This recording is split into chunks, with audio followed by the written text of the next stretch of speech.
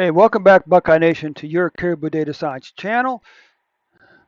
Today is Thursday, October the 14th, 2021. It is time for a daily COVID-19 analysis.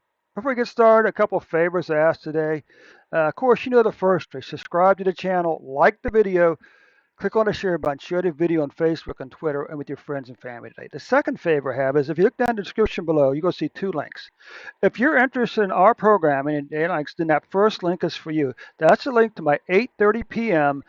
Dave's Data Analytic live stream on Twitch, all about our programming and data analytics, okay? The second one is I need your help getting a Twitter feed up and running. So if you click on that second Twitter link and follow me on Twitter, that'd be fantastic, okay? Now, before we get any further, I do want to give a big shout out to the three people who did watch this video yesterday. One young person and two older folks, okay? I do appreciate every single one of those views. I check my numbers every single day, okay? So let's go and get started here. And while this program is heating up over here, there is something we need to keep in mind about Ohio's numbers, and that is in in February 2021, the governor's office came out and said, "Oops, we undercounted COVID-19 deaths by close to 4,000 in the fourth quarter of last year, 2020." But instead of go back and correcting the numbers and reissuing the correct numbers, they made the decision to include those numbers onto February 11th, 12th, and 13th.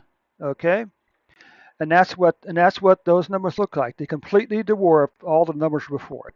So what we do is we replace these numbers with the average number of deaths for each one of these 3 days, and that's what this looks like. So this is a much better fit because it brings all the rest of these numbers back into play. Now, if you come over here, this is the other thing I forgot to mention. Beginning in March of this year, they went from reporting COVID-19 deaths 5 days a week, 7 days a week to 5 days a week. And if that's not enough, it's not always the same 5 days. Now, also, once you notice, they're still counting deaths, cases 7 days a week.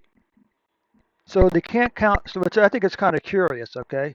But anyway, here's the numbers. I would say at this point, as far as the high numbers are concerned, what we're really concerned with here is the trend line.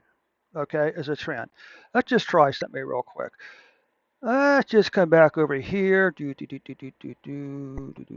this adjustment.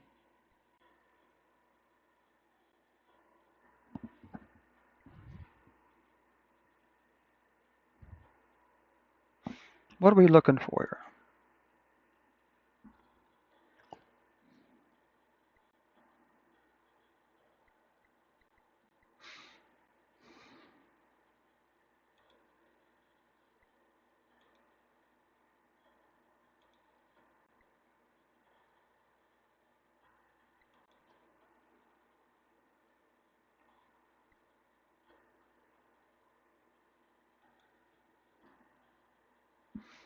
You know what? Let's do. Huh. Smooth mad. Let's say.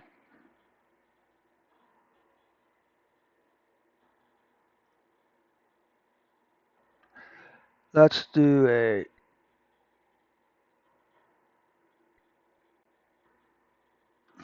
Let's try this.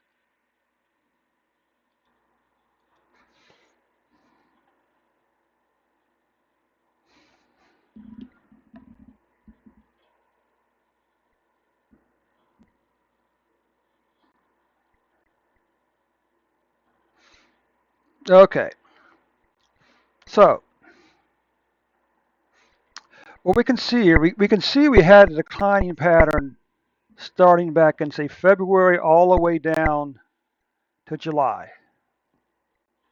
And now in July, we saw an increase in deaths. Now the question is, how many of these people were vaccinated? Okay. What about, well, these are weekly deaths. This isn't really particularly useful because it basically tells the same story above. What about cases?